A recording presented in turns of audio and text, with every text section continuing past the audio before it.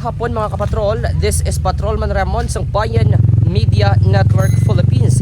Si karon we are here in Purok Abaca o partikular na diri sa may sitio Pataan, Purok Abaca, Barangay Ilom, syudad sang Bago, probinsya sang Negros.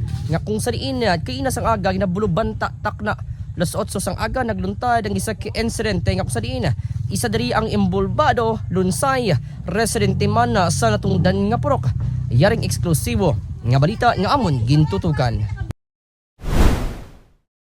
Isa ka managbaligya sang isda ang naaksidente sa sitio Pataan, Purok Abaca, Barangay Ilom, syudad sang Bago, kaina sang aga, Hulyo 7, 2026. Base sa nauna nga impormasyon nga nakuha sa news team, nagluntar ang insidente pasado las 8 sang aga kag ginaligar nga nulaan sang preno ang isa ka Suzuki Carry nga ginamaniho sang biktima. Naghalin na sa gikan sa Purok EDC, Barangay Ilom kag nagapauli na kuntani ang driver sang natabo ang insidente.